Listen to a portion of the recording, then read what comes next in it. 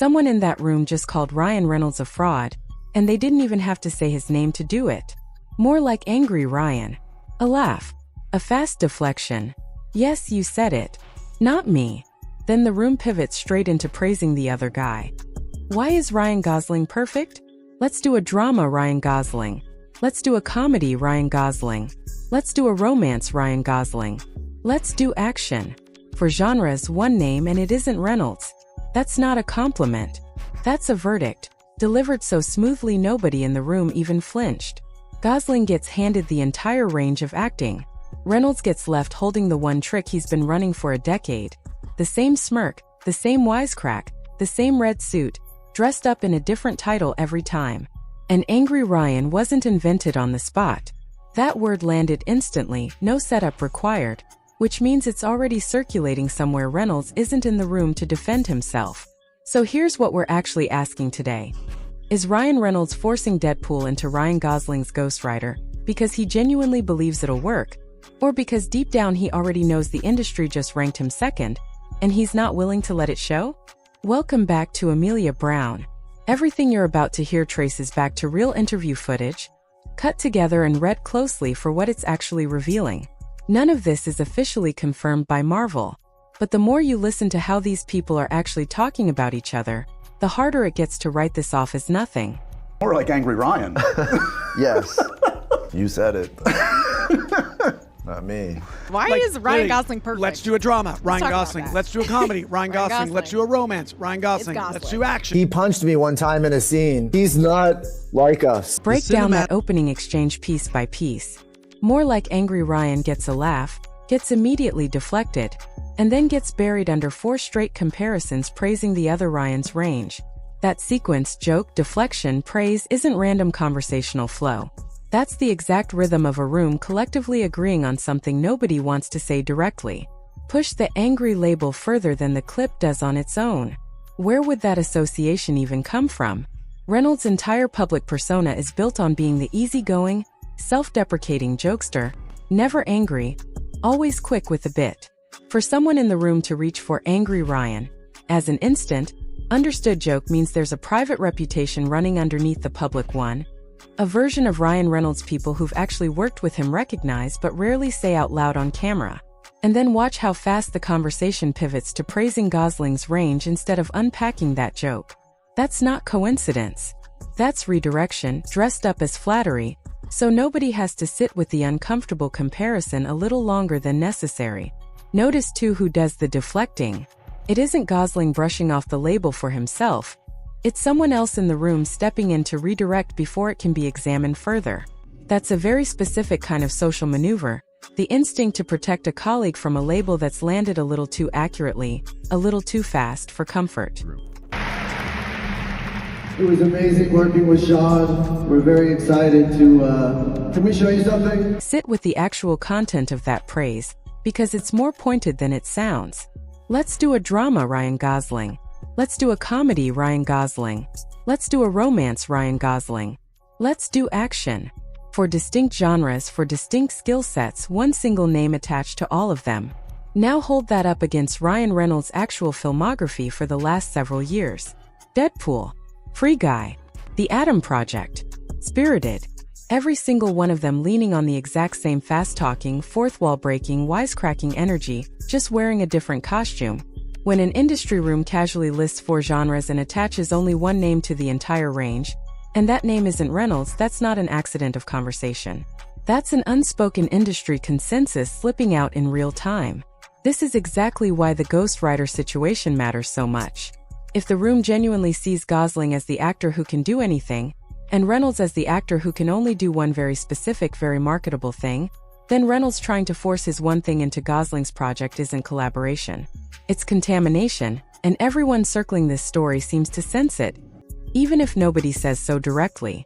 Think about what that means for Reynolds specifically, a man who has built a genuinely massive career, box office numbers most actors would kill for, and yet still apparently needs to insert himself into someone else's project to stay culturally relevant.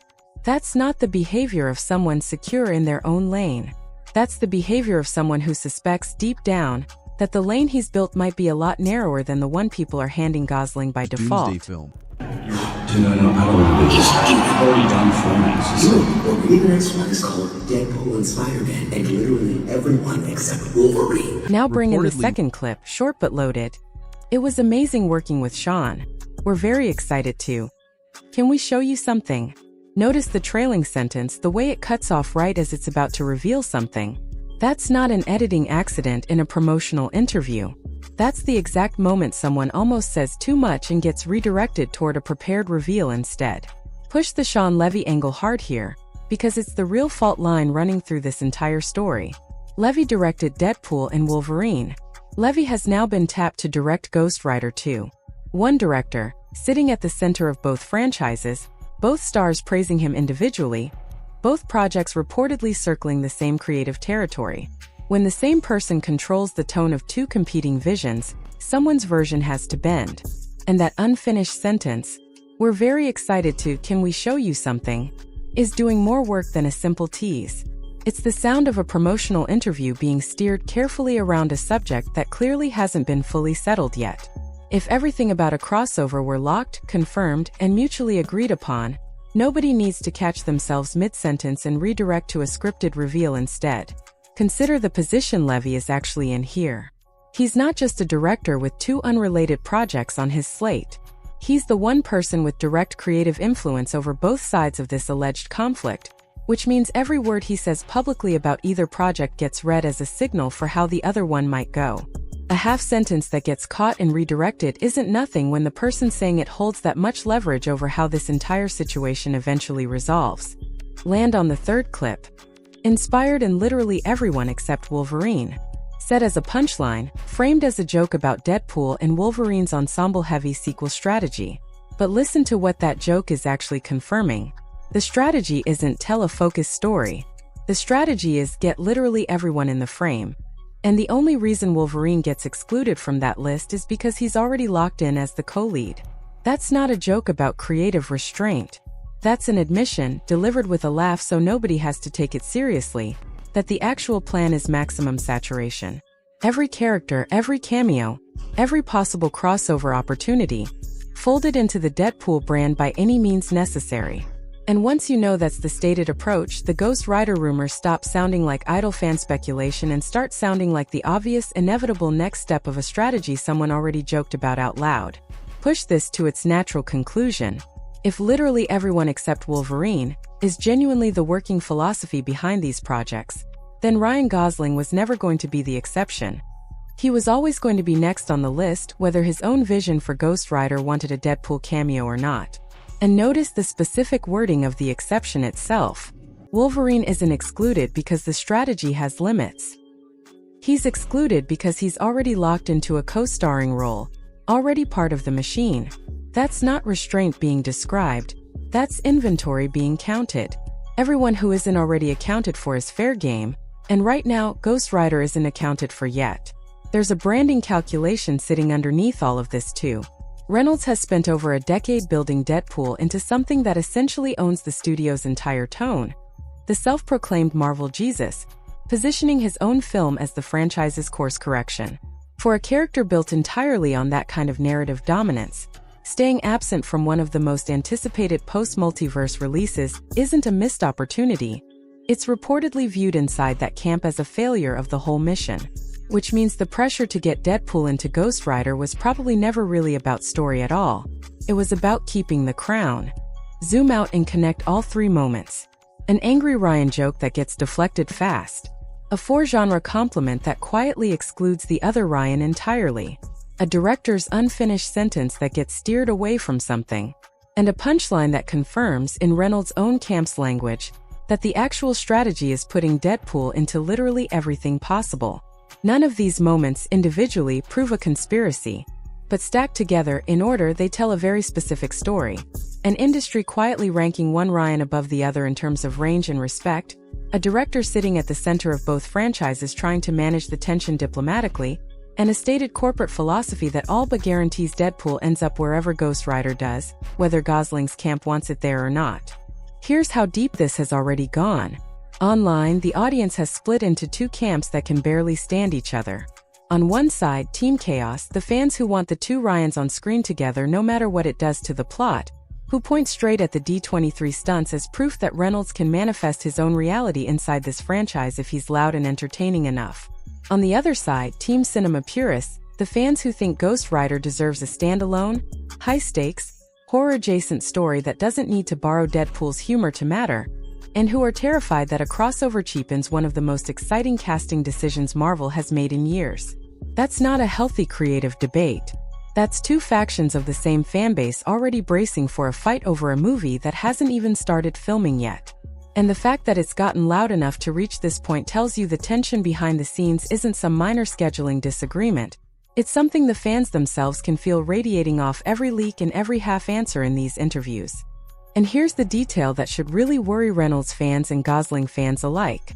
Reportedly, this has escalated to the point where Marvel management is having to act as a mediator between the two camps. Studio executives allegedly know exactly what they have on their hands, a marketing dream if they get the tone right, and a franchise-defining embarrassment if they get it wrong. Ghost Rider's terrifying, hellspawn vengeance tone and Deadpool's R-rated slapstick chaos do not naturally sit in the same frame, and Marvel reportedly knows that balance is close to impossible to strike without alienating one fanbase or the other. Think about what it means for a studio to need a mediator for two of its own actors and their competing visions. That's not standard pre-production housekeeping. That's the kind of intervention that only happens when a creative disagreement has stopped being a disagreement and started being an actual threat to how a nine-figure project gets received. With Ghost Rider's production schedule reportedly set for 2028, everyone involved technically has time to work this out quietly, behind closed doors, before any of it becomes a real problem. But that's exactly why the next few months matter so much. If the rumors are anywhere close to accurate, this is the window where Marvel decides whether to chase maximum crossover engagement or protect the focused vision Gosling and Levy have reportedly been building. Every leak between now and then isn't just gossip, it's a signal for which way that decision is actually leaning. Bring it back to where this started. Angry Ryan got a laugh and an instant deflection, for genres got attached to one name and it wasn't Reynolds. A director caught himself mid-sentence talking about something he clearly wasn't ready to fully reveal yet. And somewhere in the middle of all of it, a joke confirmed that the actual plan has always been to put Deadpool into literally everything, everyone, everywhere, no exceptions except the one already locked in. So ask yourself the question this video keeps circling. Is Ryan Gosling actually protecting Ghost Rider from an unwanted crossover? Or is he protecting it from becoming the next casualty of a strategy that was never really about creative vision in the first place? Drop your take in the comments, like the video if these 3 clips changed how you're reading this whole situation, and subscribe so you don't miss it when Marvel finally has to pick a side.